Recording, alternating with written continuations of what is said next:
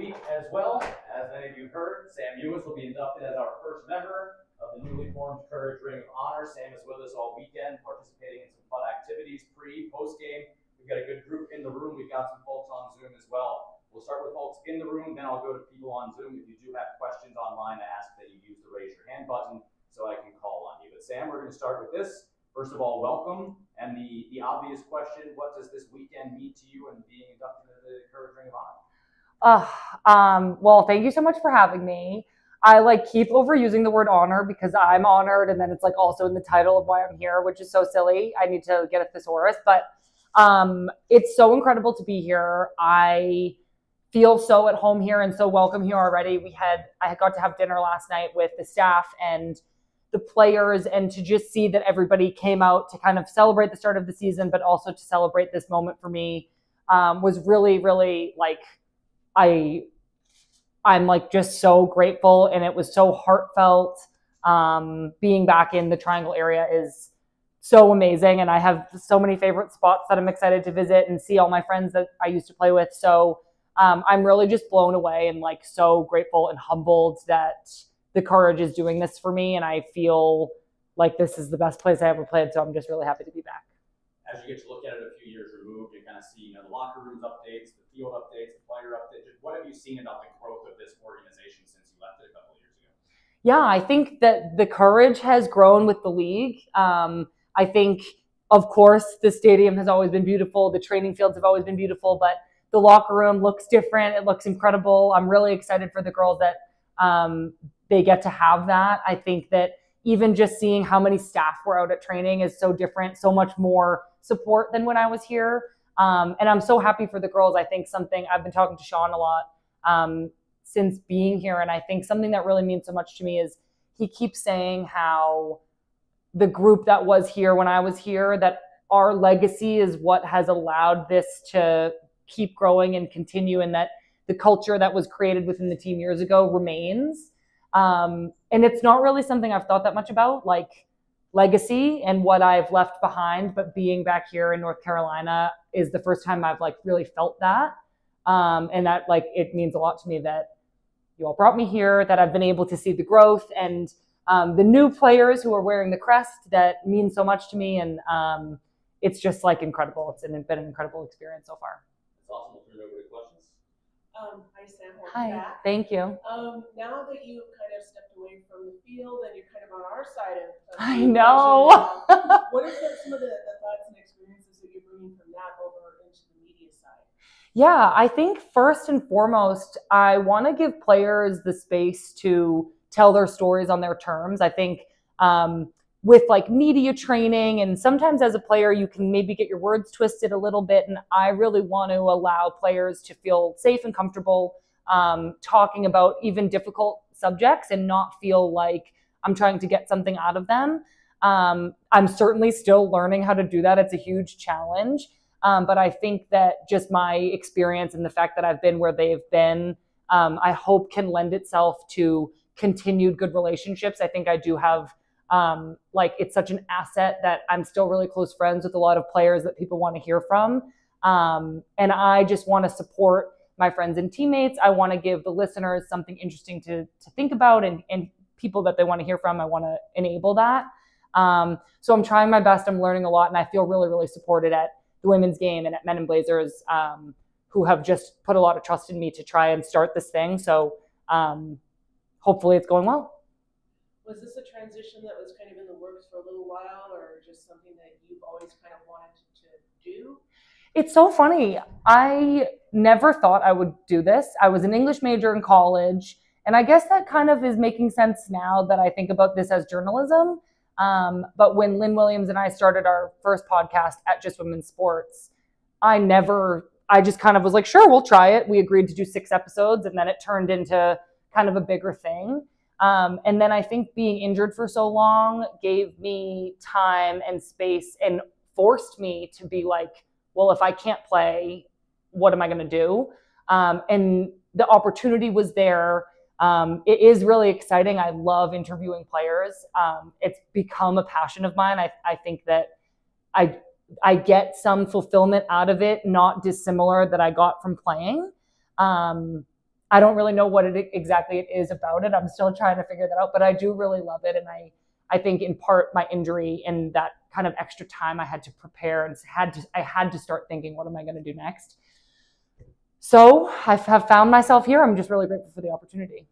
Welcome to the other side. Thank you. So it sounds like you were really enjoying the journalism side of it. What else are you looking to explore now that you are, free from the game day life of a routine? Good question. I think it's so funny. Before I started this job, I had like kind of a lot of time on my hands. I was rehabbing my knee, but then I'd kind of get home from rehab at like noon or 1 and be like, what am I gonna do? So I like took a pottery class, I took drum lessons, I was like doing all these like hobbies. And now that I'm like working, I'm like, working is my hobby. Like I need to it's a transition. I need to kind of try to find that balance. I think as a player, soccer is everything. You're always traveling, you're always watching games, doing film, training, recovering. And I think I've just kind of brought that in, like where I'm 100% all the time. So I haven't had that much time for hobbies yet, but I do love watching games. I love talking to players.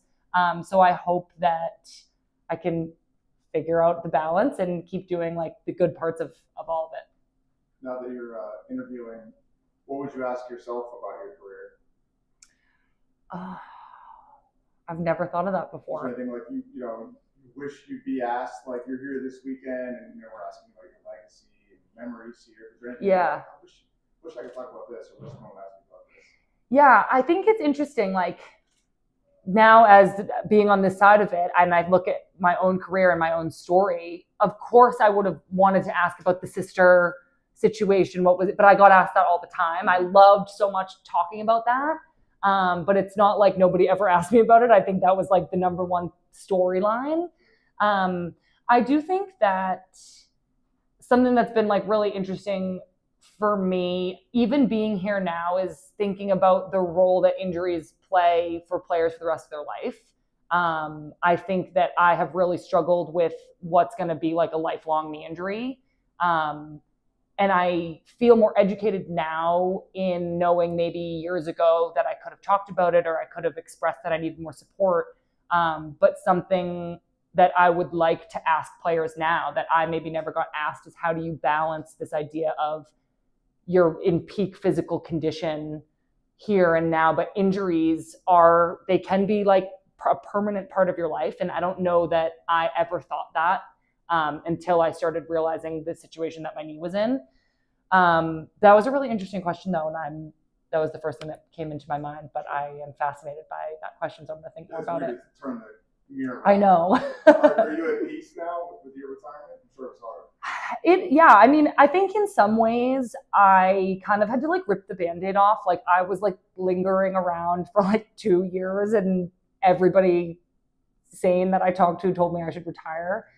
But I like couldn't accept it for a long time. And so I think that announcing it in conjunction with announcing like a new role that I was going to be in, and I had a little retirement party, I think it definitely helped turn a page. But like I'm out here watching training at the field and it's sunny and we're on the grass, and I'm like, I would do anything to play. If it was physically an option, I would play. So I'm sad even now that it's not physically an option for me. And I like wish that it was. I'd love to be on the Courage. Sam, on that note, how are you feeling? Obviously you're not on the injury report anymore, but how do you feel physically these days? Yeah, I'm okay. I think like through my rehab, I got to a really good spot where I could like even run a little bit, which I didn't know would be in the cards. But I think it's like a long-term kind of balance where I'm not going to start regularly going for runs and kind of pounding on my cartilage again, because I am kind of on borrowed time. I have some like donor transplant tissue in my knee that won't last forever. So I don't want to get a knee replacement. I'm only 31, but I probably will have to someday. Traveling and walking a lot can be sore and painful. I think my knee is like a little bit swollen right now. But overall, I feel really fortunate that the level of physical activity that I can do is good in a lot of ways. Like I am grateful as I'm like gritting through my teeth saying that I'm grateful because I know I should be, but it is really hard. Like if I could just play, I would. My knee's just not in the shape to be playing professional soccer. Yeah, I mean, I think one of the things that why people like you so much is because you're so honest and open about this kind of thing. So for you, have you found some other physical activity that's less intense that you can do that you can kind of, channel that energy? Yeah, I've been swimming. So I have a couple friends in Boston that I went to UCLA with, and they're big swimmers. He played water polo at UCLA, and they, after my knee surgery, they like started inviting me to go swimming with them, and now we go all the time. I swim on my own like 2 or 3 times a week. I love it so much, and it feels so good on my joints. It doesn't hurt my knee at all, and I've gotten like obsessed with it. Like I'm like, how many yards am I going and what time? And so I've found that kind of competitive and like pushing myself through swimming, which has been amazing and is something I can do forever without like hurting my knee, which is nice. Thank you. 2 questions for you. One, what is the one spot you're excited to go back to now that you're back in Raleigh? I know. Well, it was Jubala, the coffee shop, and I already went this morning, which I love. I've been very excited to hang out with my friend Mary, and she recommended a place for dinner tonight that we're going to go with my parents, but I can't pronounce it. It's Italian, like Cuciola Terrazza. It's in North Hills or something. Yeah. But maybe try some barbecue while we're here. What else? I used to go walk on the quad of NC State all the time, and it's so pretty there. I love it, and I would bring my dog. But I'm also just really excited to be back here at WakeMed. Like I spent all my time here on all these fields. Like it feels like running fitness and in the locker room. So I'm really excited to be back here too. And second question, you mentioned that you still love watching soccer. You know the journalism sign on. What other leagues are you getting into so that you could perfect your game even more than it already is? Yeah, I've been watching the WSL a lot, the Women's Super League in England. It's so cool because my Men in Blazers, my company, on our Google calendars, we like have all the games from like everywhere coming up. So I was so busy during Gold Cup watching all the international games. I've loved watching the games in England. I know that Champions League is starting back up in maybe next Wednesday. So it's been really fun to watch all those games. I want to watch Spain more. I want to watch France more. It's always easy to watch Lindsey Horan at Lyon. So even like getting into the German league, I know we have some plans to do maybe a special show about the Mexican league. So I want to watch everything. There's not enough time in the day. Yeah. We do have one question via Zoom from Tyler. Tyler, go ahead. Hey Sam, I'm sure fans are super excited to have you back right now. I was just wanted to ask, do you have plans to be back later on in the season as well? Nothing's booked yet, but it's been made very clear to me that I'm welcome here anytime. So I plan on taking that literally. I'd love to come back to some games.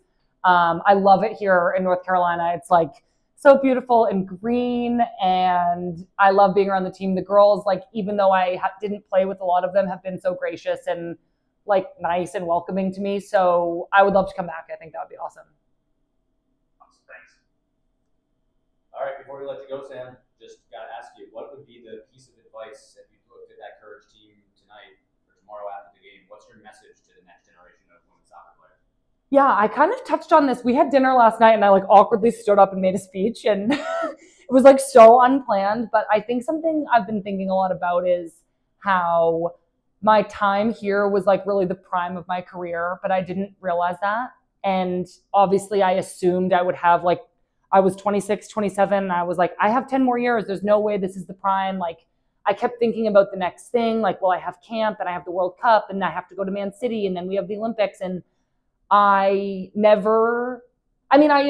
obviously like enjoyed and I felt like I was present here while I was here. But if I could just tell that version of myself, like, this is going to be the days you'll look back on as what were so special to you and like the best days of your career, the prime, I think I would have like appreciated it more. And so when I look at these young girls who are like 24 and like running around so fast and so healthy, and I'm so happy for them, I'm just like, I hope that if this is the prime of their career, that they like can know that somehow and really appreciate that, because I would do anything to just like train one more time, like play in one more game.